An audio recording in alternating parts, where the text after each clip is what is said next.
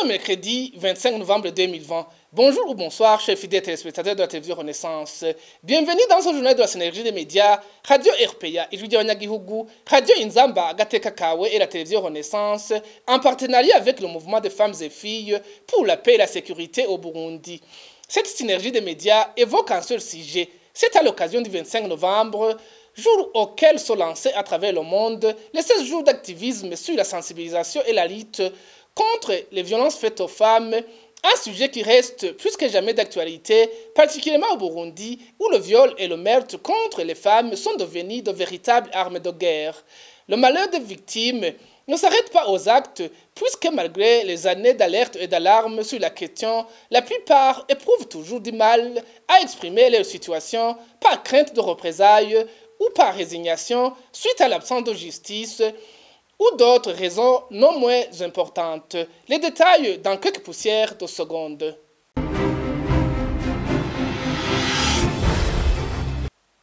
Encore une fois, bienvenue. Les violences faites aux femmes et filles sont une triste réalité au Burundi. Les différents rapports publiés par des organisations de défense des droits humains montrent que plus de 600 femmes et filles ont été victimes de telles violences en cette année seulement de 2020. Certaines d'entre elles ont par après été sauvagement assassinées. Les détails avec Emmanuel Niungeko.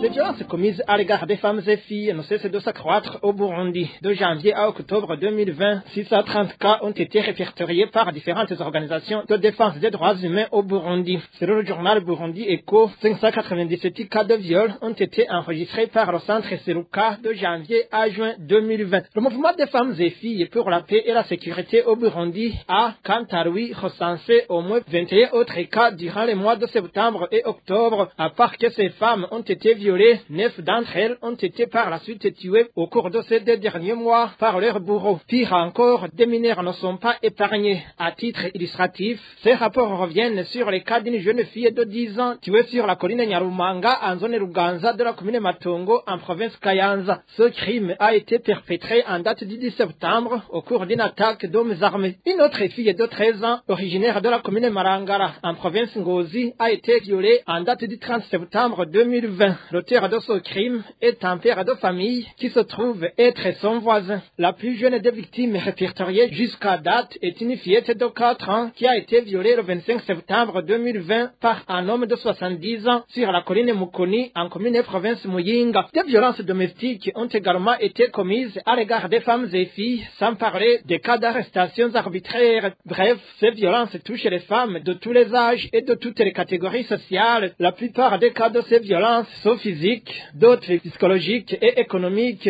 moins apparentes et souvent non déclarées. Les 2 dernières catégories de violences sont par conséquent difficiles à chiffrer.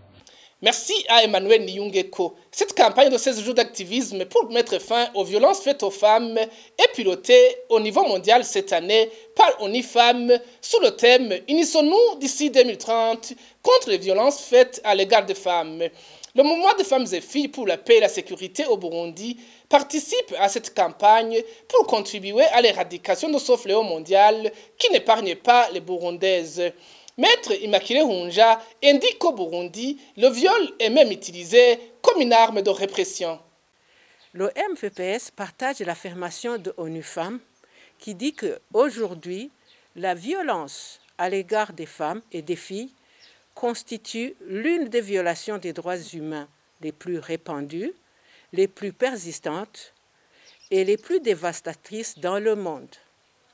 Elle demeure également l'une des moins signalées en raison de l'impunité, du silence, de la stigmatisation et du sentiment de honte qui l'entoure.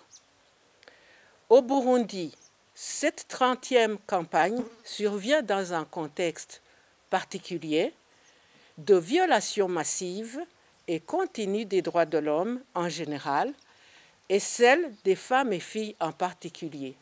Ces violations sont devenues monnaie courante depuis la crise politique de 2015.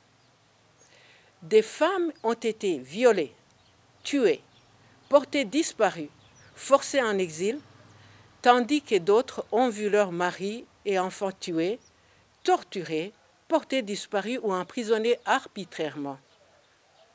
pour réprimer toute voix citoyenne dissonante avec la gouvernance du parti au pouvoir, le viol des femmes, des filles et des hommes est et reste un outil de répression efficace. Le viol au Burundi est utilisé comme une arme de guerre, une arme peu chère, accessible et dévastatrice, tant pour la victime que pour la communauté. Enfants, jeunes, adultes, personnes âgées, simples citoyens, aucune catégorie n'est épargnée par les bourreaux. En plus de ces violences liées à la crise politico-sécuritaire de 2015, les femmes sont aussi victimes de violences domestiques, conjugales, violences verbales, psychologiques, ainsi que le harcèlement sexuel sur le lieu de travail. Les femmes en détention subissent et vivent dans des conditions d'hygiène car les lieux de détention ne sont pas conformes aux normes internationales. Quant aux filles scolarisées, elles subissent le viol par des enseignants avec pour conséquence des grossesses non désirées et des renvois scolaires. Maître Ronja Immaculée est la présidente du mouvement de femmes et filles pour la paix et la sécurité au Burundi. Le viol au Burundi est une triste réalité, surtout depuis le déclenchement de la crise de 2015, où certains membres des forces de l'ordre, accompagnés par des jeunes Imbonerakure, ont violé massivement les femmes et les jeunes filles. Certaines des victimes souffrent toujours, leurs appareils génitaux ont été détruits, d'autres ont attrapé des maladies sexuellement transmissibles, entre autres le VIH-Sida. C'est le désespoir total pour leur avenir, bien que certains bienfaiteurs leur viennent en aide dans les soins médicaux. Je vous prie d'écouter certains témoignages des victimes.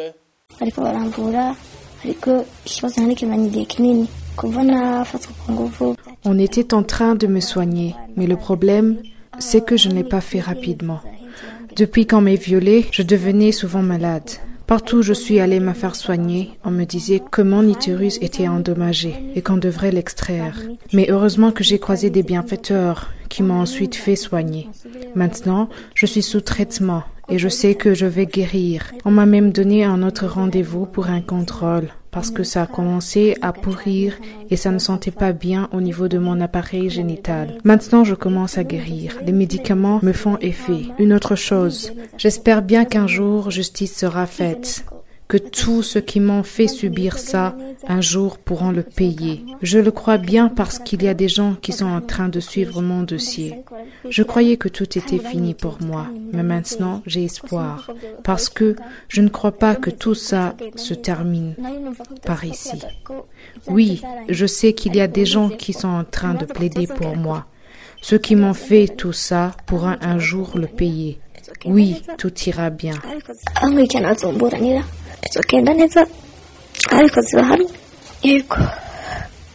ababyeyi banje sinashaka kumenya ko bamfashe ku ngufu kuko niyo nayo babwira ntibari gukunda nuko mva no mu Burundi. Je ne voulais pas que mes parents sachent que j'ai été violée. Une fois qu'ils l'auraient su, je sais bien qu'ils n'allaient pas permettre que je quitte le Burundi alors que je voulais sauver ma peau et fuir. Et en plus, mon mari attendait de moi beaucoup de choses, comme une fille qui venait de terminer ses études. C'est pourquoi j'ai voulu garder tout ça pour moi. Mais un jour, tout a basculé chez moi parce que, jour après jour, je commençais à tomber malade. On m'a menée à l'hôpital et on me disait que je souffrais de typhoïde. Je prenais tous les médicaments prescrits. Les conséquences sont nombreuses. Les maladies. Et voilà, aujourd'hui, je reste isolée parce que, vous voyez, une jeune fille comme moi, atteinte du VIH-Sida, je peux même pas avoir un copain. Parce que, une fois avoué que je suis malade, cette personne disparaît. Vous voyez maintenant, mon avenir est foutu. biba bigoye kuko nk'umusore ashoboye kuza kumbwira ngo dukundane nkamubwira ahita agenda. Iyo ni ingorane nyamukuru ya mbere. Akaba nuko mugoragurika kandi uri ukeneye kuzabaho nawe ugateza imbere, ukiteza imbere ugateza imbere n'abandi. Umva akazuza kanje karahungabana cane. Avant de continuer, je vous rappelle que c'est le journal de la synergie des médias RPA, Inzamba et la télévision Renaissance, en partenariat avec le mouvement de femmes et filles pour la paix et la sécurité au Burundi. Les dossiers des auteurs des crimes de viol faits aux filles et femmes ont été déjà déposés devant la Cour pénale internationale CPI. Les victimes de ces crimes peuvent garder espoir que tôt ou tard, la justice sera faite pour elles. Ce message d'espoir est donné par Maître Almen Yongere, l'un des avocats des victimes. Suivez. L'état d'avancement des dossiers de violences faites aux femmes et filles qu'on a déposés à la Cour pénale internationale, au bureau du procureur et de la CPI.